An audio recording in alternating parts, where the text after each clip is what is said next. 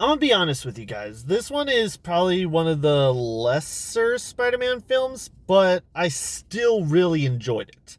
This one had some great ideas going for it, but the biggest thing about it is that they didn't exactly flesh out a lot of the story.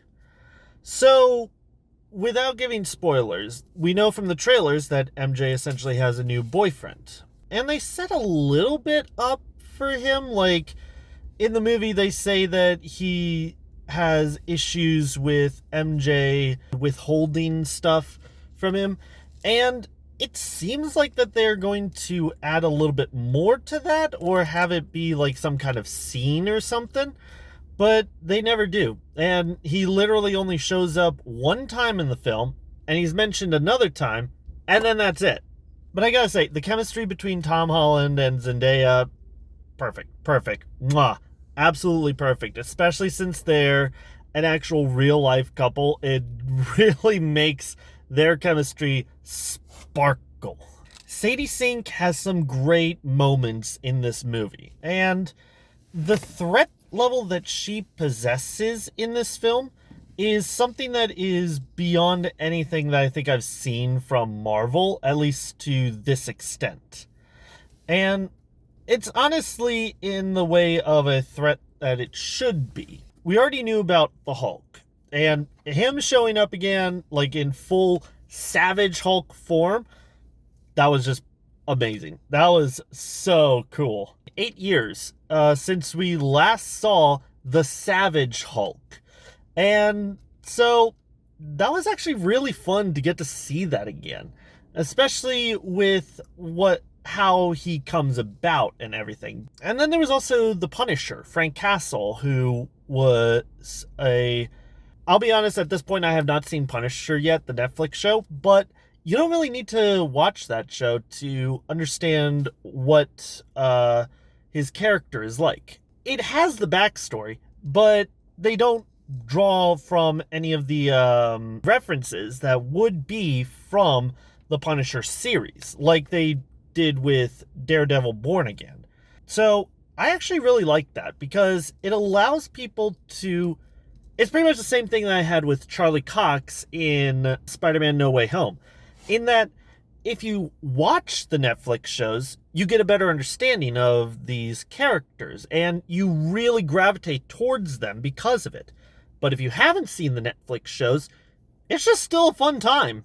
And I actually do really enjoy that about it. But then there was also one other character who showed up from other Marvel movies, and I'll be honest, it was quite a surprise when that character showed up. I won't reveal who it is, but oh gosh, there's so much that I would want to say about it. But saying anything else would just give away spoilers about who it is and what happens in that scene.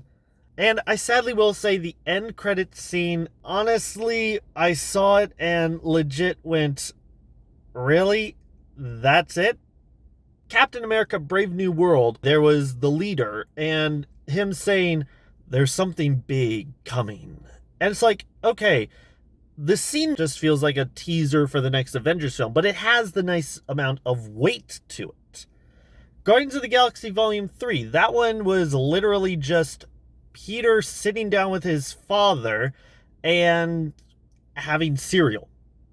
It didn't matter to the plot, but it was a funny scene, and it got to give us a little bit of, not exactly closure, but it basically said to us, Peter's still going to be around. When he shows up again, he might not be the Star-Lord that we all remember, per se, but he's still around. But he's trying to find himself a life on Earth. But this one literally is nothing. In all honesty, this end credit scene felt like when they put an end credit scene at the end of Frozen, the original. But overall, I actually really enjoyed this movie. It definitely has some flaws to it, but honestly, it more than makes up for it with the fact of the camera work, the stunt choreography, the main story of Peter, which, by gosh, that had me glued to my seat the entire time. And honestly, this film was just a lot of fun. I wouldn't exactly say it's in my top 5 for the Marvel movies, but it's definitely really good, like popcorn, blockbuster, watch with the family kind of superhero fluff kind of film.